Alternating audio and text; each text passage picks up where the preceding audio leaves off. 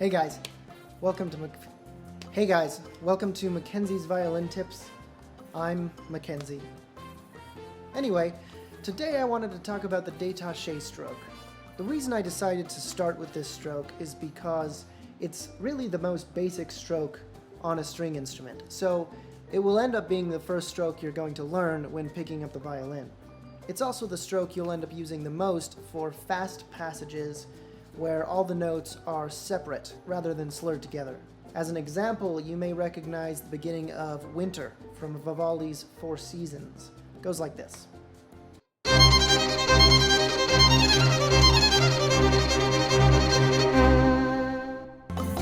Now, one problem with this stroke lies in the fact that it's actually deceptively simple.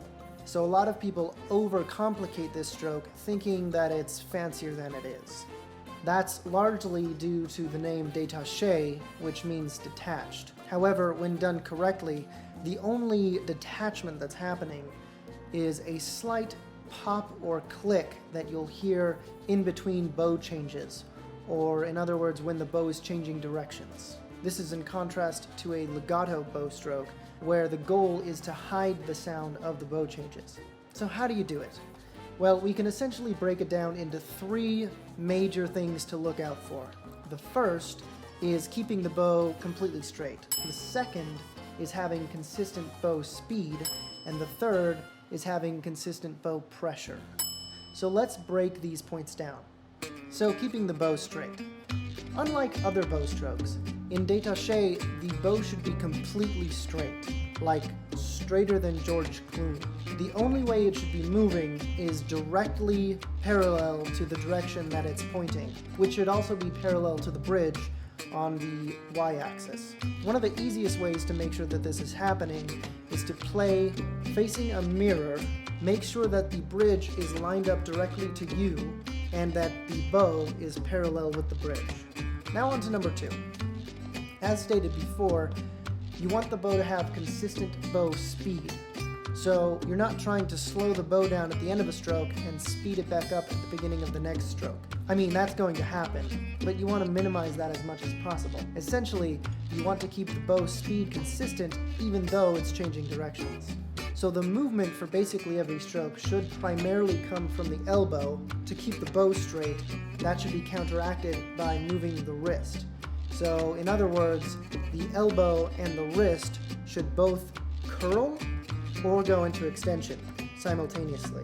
Very little movement should come from the shoulder.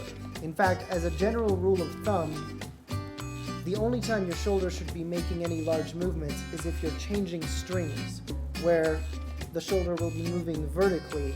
If you do find that your shoulder is moving a lot, try playing with your upper arm against a wall so your shoulder can't move. This will force the movement to come from the elbow. And now on to the third point, consistent bow pressure.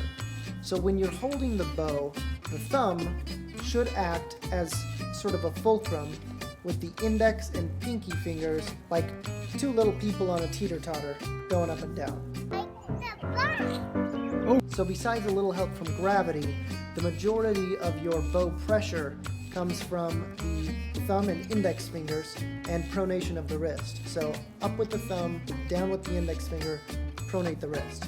So the way I like to teach this part is to have my students practice this stroke with only the thumb and index finger on the bow. So you would place the bow on the string toward the middle or upper half, making sure it's parallel with the bridge. Then you remove your last three fingers, apply a little pressure with the thumb and index finger, and just have at it. I'd recommend practicing this with a simple scale or just on an open string until it's really comfortable and it sounds consistent. Then you can slowly bump up the speed until it's fast. Well, that's pretty much it, guys. Thanks for watching. I hope it was helpful. Let me know what you thought in the comments. If you liked the video, remember to hit that thumbs up so more people can see it, and consider subscribing so you don't miss any other technique videos in the future.